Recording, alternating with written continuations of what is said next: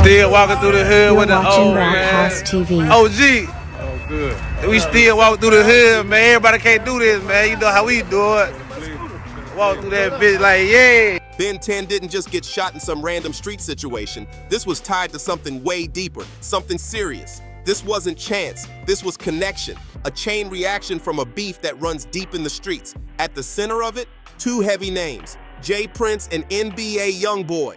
And here's the part most people aren't even catching. J Prince's own son is being pointed to as a key reason Ben 10 ended up catching those bullets. This story isn't simple, and the timeline gets wild real fast. We're talking about everything, the robbery, the clout accusations, the so-called ban orders, and how this situation keeps heating up in a way that could drag even more people into danger. This isn't just gossip, this is serious tension building up. You need to hear how all these pieces connect. But before getting into all that chaos, you've got to understand who J Prince really is. Because if you don't, you're going to miss why this situation hits way harder than regular rap drama. This isn't just industry talk, this is power, influence, and long-standing reputation. James Prince, yeah, that's his real name, is the founder of Rap-A-Lot Records. And he didn't just stumble into success. He built that label from nothing in Houston, Texas back in 1986, when Houston rap wasn't even respected like that. While people were overlooking the city, he was laying down the foundation for something major. Artists like the Ghetto Boys, Scarface, and UGK all moved through systems connected to him. His influence is stamped all over Southern hip-hop, in a way only a few can really claim. But it doesn't stop at music. That's just one layer of the story. J Prince has a reputation that stretches way beyond the industry, and people move different when his name comes up. When Tekashi 6699 was dealing with extortion issues, J Prince's name popped up in those conversations as someone who could fix situations. When things got tense between Drake and Meek Mill, it was J Prince stepping in to calm things down. There are even stories floating around about him stepping into situations most people wouldn't even touch and walking out with results. In Houston especially, his name carries serious weight, and that kind of presence doesn't come from music alone. This man isn't just respected, he's practically untouchable in certain circles. His word carries weight far beyond contracts or business deals. When J Prince says you're good, doors start opening without questions. But when he says you're not, that's when things get real uncomfortable, real fast. So when you put J Prince on the same timeline as NBA YoungBoy, a young artist out of Baton Rouge who's dominating the game independently, you're not just looking at a simple clash. This is two completely different kinds of power colliding head-on. Old school influence versus new school dominance, and neither side backs down easy. Now let's flip it and really understand YoungBoy's side, because this isn't just some rapper in the mix. Kentrell Gaulden, NBA YoungBoy, came up through real struggles in Baton Rouge, no shortcuts involved. He dealt with serious legal trouble as a teenager, and when he came home, he didn't slow down, not even a little. He started dropping music non-stop, songs, mixtapes, features back-to-back like he was racing against time. The output was crazy, but the streets connected with it because it felt real. It sounded like someone speaking from experience, not just putting on a show, and that's exactly why people locked in with him. What makes YoungBoy stand out is how he moves outside the usual industry system. He doesn't rely on radio spins or big label backing to stay relevant. He built his own lane, turning his Never Broke Again fan base into a full movement that runs up numbers most artists can't even touch, even with way bigger budgets. We're talking about one of the most streamed artists on YouTube for multiple years straight. That kind of consistency doesn't happen by luck. It comes from a real connection with listeners who stay loyal. But here's where things get tricky. When it comes to conflict, YoungBoy doesn't play passive. He's known for standing firm on loyalty and respect, and if he feels like someone is coming at him the wrong way, whether it's industry politics, fake energy, or people chasing attention, he reacts. Sometimes it's through music, sometimes online, and sometimes through the people around him. Either way, he makes sure his voice is heard loud and clear, and that kind of energy can turn small issues into major situations fast. YoungBoy's situation hasn't exactly been smooth either. He's been restricted from multiple cities due to legal issues and affiliations, and at one point, he was dealing with a serious federal gun case. That led to him being placed on house arrest, and out of all places, he ended up relocating to Utah. Yeah, Utah. Part of that move was legal pressure, and part of it was about getting space from all the chaos surrounding him. But even out there, far from everything, he didn't fall off, not even close. From Utah, he kept dropping music, kept his fans locked in, and stayed right in the middle of the culture. And at the same time, he's still dealing with tension, still going back and forth with people. Distance didn't slow anything down, it just changed the setting. And that's exactly the kind of person J. Prince ended up clashing with. This wasn't some quiet disagreement. It all traces back to a moment in 2020 that should have been handled quickly, but instead turned into the spark that lit everything up. Here's where it really starts. Back in 2020, YoungBoy was in Houston, and that alone already made things complicated. Houston isn't just any city. That's territory heavily tied to J. Prince. No debate about it. The history, the influence, all of that runs deep there. But YoungBoy wasn't focused on that side of things. He was moving how he normally moves. Then it happened. YoungBoy got robbed. Jewelry, chains, all taken. Now, in street culture, that's already a serious situation.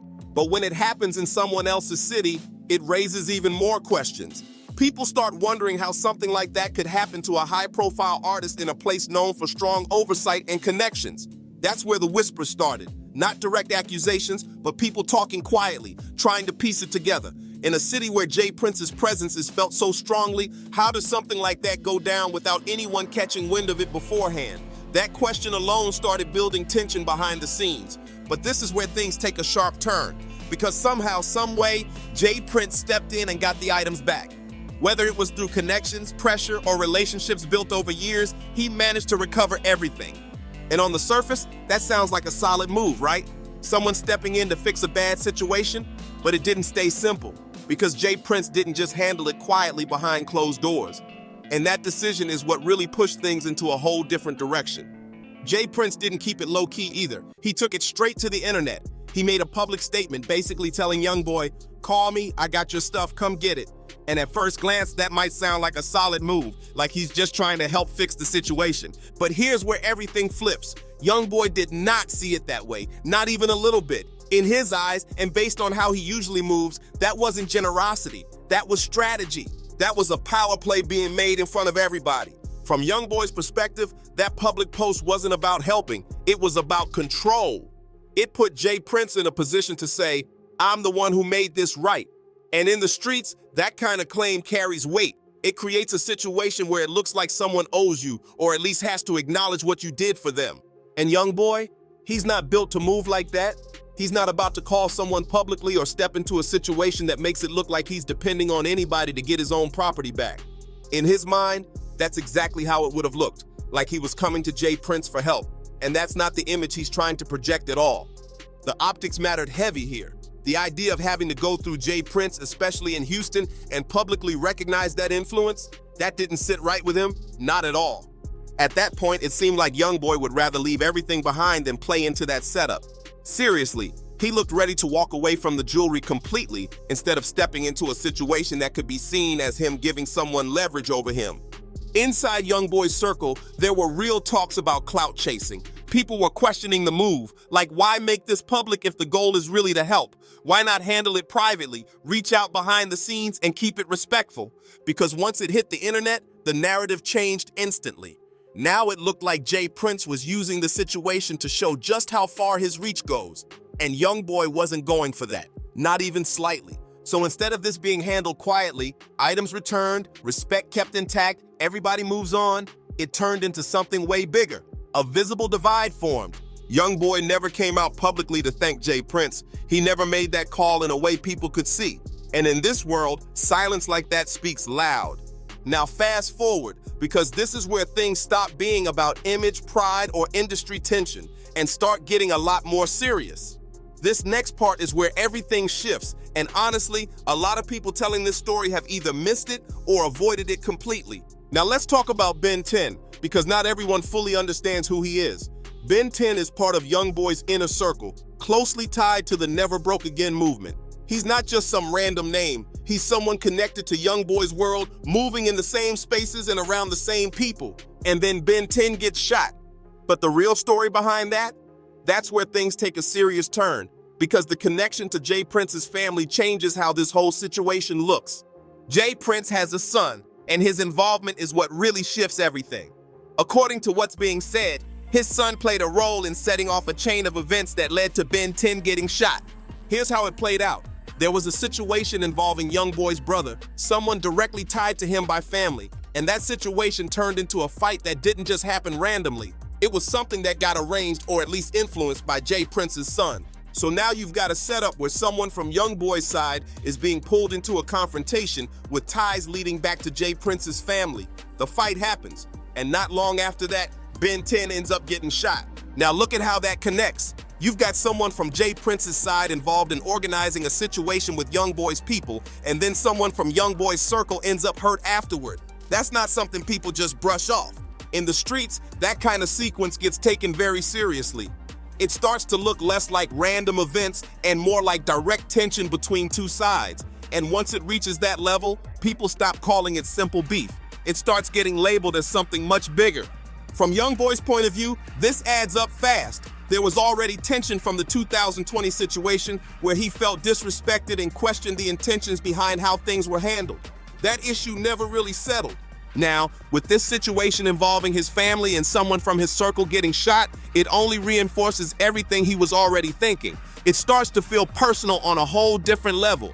And one thing about YoungBoy, he takes loyalty seriously. The way he talks about respect, betrayal, and consequences in his music shows exactly how he sees these situations. When lines get crossed, he doesn't ignore it, and he definitely doesn't forget it. For YoungBoy, this isn't just music or performance, it reflects how he actually moves in real life. The way he talks about loyalty and consequences isn't for show. It's tied to how he handles situations off the mic too. So when Ben 10 gets shot, and it's happening in a context where Jay Prince's son is being linked to the setup, in YoungBoy's world, that's not something you ignore. That's something that demands a response. The real question isn't if there's going to be a reaction, it's how far that reaction goes. Now let's keep it real about what's confirmed and what's not. The official details around Ben 10's shooting aren't fully public. There's no clear breakdown with charges, convictions, or verified responsibility out in the open. But even without that, people have been talking. The streets have been connecting pieces, looking at timing, looking at who was involved and how everything lined up. And from that perspective, it doesn't look random at all. Nobody close to these situations is acting like it's just coincidence. This is where things start getting deeper. People began realizing that the situation between Jay Prince and YoungBoy isn't just one issue, it's layers on top of layers. This goes way beyond a robbery, a public post, or even a fight that led to violence.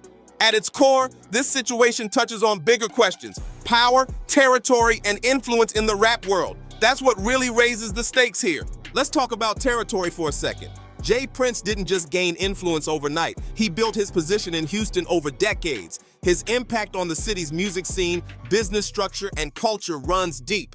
When people talk about Houston and hip-hop, his name is always part of that conversation. That kind of presence makes the city feel like his domain in a way you don't see often in rap. Few figures have that level of long-standing influence tied to one place. But YoungBoy, he doesn't move based on anyone else's territory rules. Coming from Baton Rouge, his mindset is different. He goes where he wants, builds what he wants, and doesn't look for approval. And by moving like that, especially going into Houston, then not publicly showing respect in the way some expected, he ended up challenging that authority without even saying much. Sometimes silence says everything. That's where the clash really forms. You've got two strong figures, both set in how they move, neither one known for backing down. That kind of standoff creates serious tension fast. But what really makes this situation stand out isn't just the personalities, it's the level of influence involved. Jay Prince's reach is often said to extend beyond music, touching business, legal circles, and powerful networks in Texas and beyond. That's a different level compared to most rap conflicts. Usually situations stay between artists or their immediate circles. But when influence stretches wider, the stakes feel a lot heavier, and people start paying closer attention real quick. This situation isn't just artist versus artist. This is an artist going up against someone who operates in spaces most people don't even see. Jay Prince moves in lanes connected to power that stay quiet, behind the scenes, but still carry serious weight. On the other side, YoungBoy's Never Broke Again movement isn't just about music either. It's a tight circle of people who are deeply loyal to him, not just fans streaming songs, but individuals who stand behind him in real-life situations. That kind of loyalty hits different. It means any move against YoungBoy or his people isn't just about one person. It's seen as a move against a whole network. That raises the stakes instantly. So when you line these two sides up, it's clear why this isn't something simple. You've got Jay Prince with long-standing influence and institutional connections, and then YoungBoy with strong grassroots loyalty and real-world backing. That kind of clash doesn't resolve easily. Neither side has an obvious weak spot, and any move comes with serious consequences. That's what makes this situation so tense. Now that clout-chasing accusation, that wasn't just a random jab thrown out there. That was YoungBoy making a statement about how he views the situation. From his perspective, this wasn't about help. It was about positioning. He believed Jay Prince saw a chance to connect himself to a younger audience by attaching his name to YoungBoy's situation. Basically, the idea was that the association could boost relevance with people who might not fully know the history behind Rap-A-Lot records. Whether that's true or not isn't even the main point. What matters is that YoungBoy believes it, and once he locks in on how he sees someone, he doesn't really second guess it. That belief shapes how he moves moving forward. Now here's where things get even more serious. The Houston situation, because this is where influence starts showing up in real, visible ways. When people talk about YoungBoy being banned from Houston, it's not about an official rule written down somewhere. Cities don't work like that. But influence? That's different. What it means is pressure from multiple directions all at once. Legal issues can pop up, business opportunities can disappear, and the overall environment can turn hostile real quick. And Jay Prince has the kind of connections in Houston that can make that happen. His relationships run deep enough that an artist's presence in the city can suddenly become complicated on every level. Venues might back off bookings, opportunities start closing up, and the risks go way up just by being there. That's how power shows itself, not always loud, but very effective when it needs to be. Promoters stop booking shows, venues suddenly don't want the risk, and on the street side, the people who would normally make sure everything runs smooth, they start moving different too once Jay Prince's name enters the picture. That's what a real ban looks like. Not paperwork, but an entire environment shifting against you. And for YoungBoy, this situation hits even harder because of his legal circumstances. He's already dealing with federal supervision, strict travel limits, and conditions that control where he can and can't go. So when you add pressure in a major city like Houston, a place with a huge music scene and fans ready to show up, that's not just personal tension. That's money being lost and opportunities disappearing. But here's the part that really stands out. YoungBoy didn't try to fix things the traditional way. No quiet negotiations, no sending people to smooth it over behind the scenes. Instead, he doubled down. Through his music, through the people around him, through what he chose to say and what he chose not to say. The message coming from his side stayed consistent. They're not asking for permission from anybody. That mindset can look bold depending on how you see it, but it can also come off risky because standing firm like that, especially in a situation this tense, can bring real consequences. And when people connected to him start getting hurt, it raises serious questions about how far things have gone. That's when it stops being just words or image and turns into something with real impact. Now step back and look at the bigger picture because this situation isn't just about two sides going at it. It reflects a larger shift happening across hip-hop right now.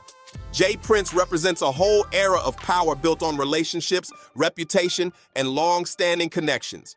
The Rap-A-Lot approach was about control, owning your work, building influence in your city, and creating ties that go beyond just music. That system changed the game when it first came up, and it still holds weight today. But it's built on a structure where respect flows upward, where newer artists are expected to recognize those who came before them. YoungBoy represents the opposite energy. He's part of a new wave that skips all of that. No need for major labels, no waiting on radio, no relying on industry veterans to co-sign anything. He built everything direct to fan with raw connection and consistency, and he did it without stepping into those traditional power systems. So when these two worlds collide, old power versus new independence, it was never going to be smooth. That kind of clash was bound to happen sooner or later. And when it did, it was always going to shake things up in a major way. This collision goes way beyond just one situation. It's really about a bigger question. Does the old power structure still have control, or has the new wave changed the rules completely? Can Jay Prince actually apply enough pressure to force YoungBoy to move differently? Or has YoungBoy built something so independent that those traditional tactics don't hit the same anymore? The truth sits somewhere in the middle, and that's what makes this so complicated. Because on one side, Jay Prince absolutely has influence. He can make Houston a difficult place for YoungBoy affect bookings, and create pressure that's very real. And the Ben 10 situation shows that people connected to YoungBoy are feeling those effects in serious ways. Those aren't small consequences, that's real impact. But at the same time, YoungBoy is still dominating from a distance. Even while being in Utah, even with restrictions, he's still one of the most streamed artists out there. The ban doesn't stop his music, it doesn't cut off his audience, and it definitely doesn't stop the momentum behind his movement. His reach goes beyond location. It's digital, it's direct, and it's constant. That's where the imbalance comes in. J. Prince's power is strong, but it's tied to specific places and systems. Meanwhile, YoungBoy's influence moves freely without those same limits. And that gap? That's what makes this situation feel dangerous. Because one side can apply pressure, but can't fully shut things down, and the other side keeps going no matter what. And when people around YoungBoy get hurt, the reaction isn't to step back, it's to push harder. That's the pattern people have seen, and it keeps the cycle going. So now you've got a situation with no clear ending, no easy resolution, no simple fix. It just keeps building tension. Where things stand right now, this is still active, still unresolved, and it's already had real consequences. Ben 10 getting shot is a serious moment in all of this. That's not something people can ignore or brush aside. It sits right in the middle of everything, changing how the entire situation is viewed. When someone in your circle gets hurt, especially in a situation tied into an ongoing conflict, that sticks. It doesn't just fade away or get handled quietly. For YoungBoy, that kind of moment carries weight long term. It shows up in how he moves, how he talks, and especially in his music. Because at the end of the day, his music is where he speaks most directly. That's where he keeps track of everything, every situation, every feeling, every line crossed. And once it's there, it doesn't get erased. J. Prince, on his side, has kept things calm in public, but don't mistake that for weakness. He's not the type to jump online arguing or going back and forth. He's been in this game for decades, and he knows real moves don't happen in front of cameras. But here's where it gets serious. His son being tied to the situation that led to Ben 10 getting shot changes everything. This isn't just about business anymore, and it's not just about reputation, it's family now. When your own son is connected to events that escalate tension and lead to someone getting hurt, that puts you in a tough position. Either you step in and correct it, or your silence starts to look like support. And if J. Prince is standing behind his son, even without saying it directly, that can be seen as him accepting how far things have gone. That kind of situation isn't easy to walk back from once it reaches this level. Meanwhile, the Houston music scene is watching all of this very closely. For years, J. Prince's presence has acted like a shield in that city. His connections and influence have helped keep certain problems under control. But now, this situation risks pulling Houston into something much bigger, because going up against someone like YoungBoy isn't contained to one city. YoungBoy's reach goes nationwide. His supporters, his connections, the people who back him, they're spread out everywhere, and they take situations like this personally. And then there's the online side. YoungBoy's fan base is loud, active, and extremely loyal. When something happens, they show up in numbers. Streams go up, conversations explode, and support becomes very visible. That kind of digital energy is powerful. It moves fast, and it keeps situations alive in a way that traditional influence can't always control. J. Prince's power doesn't really operate in that same online space. His strength is more behind the scenes, built on relationships and long-standing respect. And that brings everything down to one core issue. This isn't just a disagreement, it's two completely different types of power clashing in real time.